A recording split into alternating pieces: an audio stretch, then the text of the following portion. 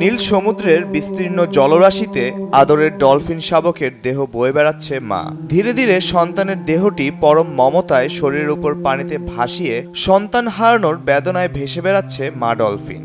Net দুনিয়ায় এক অবলা নিরীহ প্রাণীর এমন গভীর ভালোবাসায় মুগ্ধ বিশ্বের কোটি কোটি মানুষ। ঘটনাটি ক্যামেরাবন্দি করা হয়েছে পশ্চিম অস্ট্রেলিয়ার উপকূলে ভারত মহাসাগরে। অস্ট্রেলিয়ার সামুদ্রিক গবেষণা ও সংরক্ষণ সংস্থা ড্রোন দিয়ে সাগরে নজরদারির সময় ধারণ করে এই বিরল দৃশ্য।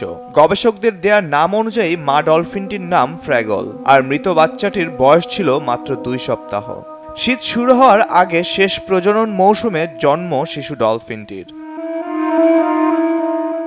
নেট দুনিয়ায় ভাইরাল ভিডিওটিতে দেখা যায় মারা যাওয়া ডলফিন বাচ্চার প্রাণহীন দেহটি বারবার গভীর জলে তলিয়ে যেতে চাইছে, আর সাগরের এই অশান্ত ঢেউয়ের সাথে নিজের কাছে মৃত সন্তানটিকে আগলে রাখছে ফ্র্যাগল। প্রতিবার বাচ্চাটিকে মাথা দিয়ে ঠেলে কখনো নিজের পিঠের উপর নিয়ে ছুটে চলছেন সাগরের বুকে, যেন এখনো বিশ্বাস করতে পারছেন না তার সন্তান আর কখনো শ্বাস নেবে না। মায়ের পাশে দাপিয়ে বেড়াবে সাগরের নীল জলরাশিতে। অবাক করা বিষয় হলো, তার এই বেদনার সুখে তার পাশে ছিল আরো 14টি ডলফিন।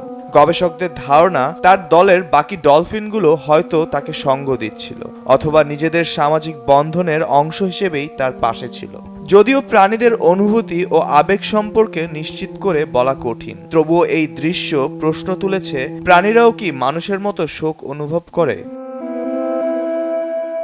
গবেষকদের কাছে ফ্র্যাগল কোনো নতুন ডলফিন নয়। অনেক বছর ধরে ওই অঞ্চলের ডলফিনদের উপর নজর রাখছে তারা। এর আগেও মা ডলফিনটি 4টি বাচ্চাকে হারিয়েছে। এবার 5ম সন্তানের মৃত্যুর পর একই অসহায়ত্ব মাতৃত্বের ছবি দেখা গেল। দীর্ঘ 6 দিন ধরে মৃত সন্তানকে ছেড়ে না যাওয়ার ঘটনাটি গবেষকের কাছেও অত্যন্ত বিরল ও আবেগঘন বলে বিবেচিত হয়েছে। বিজ্ঞানীদের মতে, সামুদ্রিক স্তন্যপায়ী প্রাণীদের মধ্যে মৃত সন্তান বা আহত সঙ্গী বহন করার এই আচরণকে বলা হয় এপিম্যালেটিক আচরণ। এটি সহানুভূতি, সামাজিক বন্ধন, মাতৃত্বের প্রবল টান কিংবা সহজাত প্রবৃত্তির ফল হতে পারে।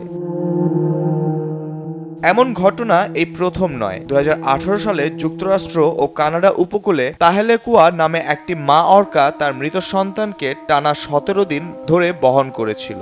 সেই ঘটনাও বিশ্বজুড়ে প্রাণীদের মধ্যে থাকা ভালোবাসার বন্ধনকে ফুটিয়ে তুলেছিল। Naim Ahmed, Bangla vision news desk.